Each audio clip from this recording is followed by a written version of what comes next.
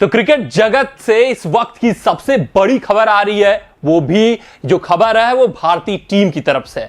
BCCI ने बड़ा action ले लिया है और अभी तक जो रिपोर्ट आ रही थी वो रिपोर्ट भी पुख्ती हो चुकी है, मुहर लग चुका है कि भैया जैसा बिल्कुल नाराज हैं किससे किससे, श्रेयस अय्यर से, ईशान किशन से। उनकी गतिविधियों के कारण भैया बड़ा एक्शन श्रेयस अय्यर के खिलाफ लिया गया है, ईशान किशन के ऊपर लिया गया है और ये जो एक्शन है वो सेंट्रल कॉन्ट्रैक्ट को लेकर है। इन दोनों खिलाड़ियों को बीसीसीआई ने सेंट्रल कॉन्ट्रैक्ट से बाहर कर दिया है। जी हां, आपने बिल्कुल ठीक सुना, ईशान किशन और श्रेयस अय्यर जो दो खिलाड़ी थे जिन्होंने बीसीसीआई के फैसले का बगावत रिसेंटली किया, रणजी ट्रॉफी नहीं खेला। बीसीसीआई ने उनको बार बार चेतावनी दी कि भैया आप जाओ, अगर आप भारतीय टीम में नहीं हो तो जाकर रणजी में अपना फिटनेस प्रूव करो, अपने आप को प्रूव करो, अपने कमियों को दूर करो। कोच राहुल द्रविड़ ने भी यही सुझाव दिया इन खिलाड़ियों को। कप्तान रोहित ने पिछले दिनों भैया बोला कि जिनमें ललक नहीं है उनको हमें खिलाने की जरूरत नहीं है, चाहे टेस्ट क्रिकेट हो, चाहे वनडे हो, चाहे T20 क्रिकेट हो।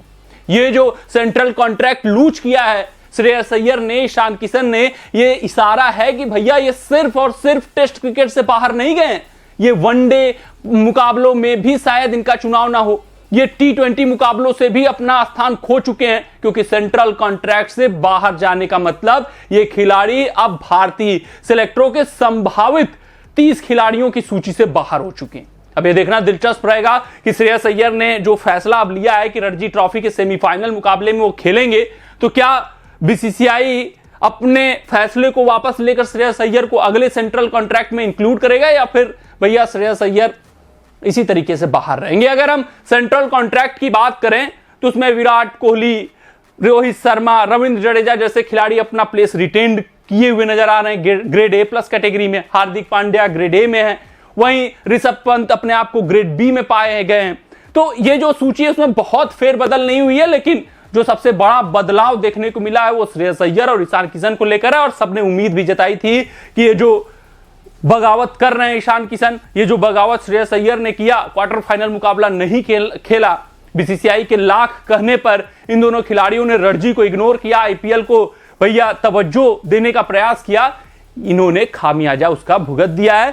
अब बीसीसीआई ने कड़ा रुख इख्तियार कर लिया है और ये जो संदेशा था ये जाना जरूरी था युवा खिलाड़ियों में कि भैया जो रणजी स्ट्रक्चर है उसको आपको तवज्जो देना ही देना होगा, महत्वता उसको देना ही देना होगा, क्योंकि अगर जिस भी देश का फाउंडेशन गड़बड़ हो जाता है, जिस भी देश का डोमेस्टिक स्ट्रक्चर गड़बड़ हो जाता है, वहां पर ध्यान नहीं दिया जाता, उस देश की तरक्की नहीं हो पाती है। बीसीसीआई ने अभी तक यही काम सही किया है कि अपने डोमेस्टिक स्ट्रक्चर पर ध्यान दिया है, उसको तवज्जो दिया है, जिस वजह से हमारे जो युवा लड़ाके होते हैं वो तैयार निकलते हैं जब अंतर्राष्ट्रीय स्तर पर उनका पदार्पण होता है। चाहे सरफराज खान का आप उदाहरण ले लें, चाहे ध्रुव जोरेल का उदाहरण ले लें, तो जो कॉम्पिटिटिवनेस रणजी ट्रॉफी में या जितने भी डोमेस्टिक के मुकाबले होते हैं उसमें देखने को मिलता है, उसके कारण ये जो खिलाड़ी होते हैं वो तैयार होते हैं।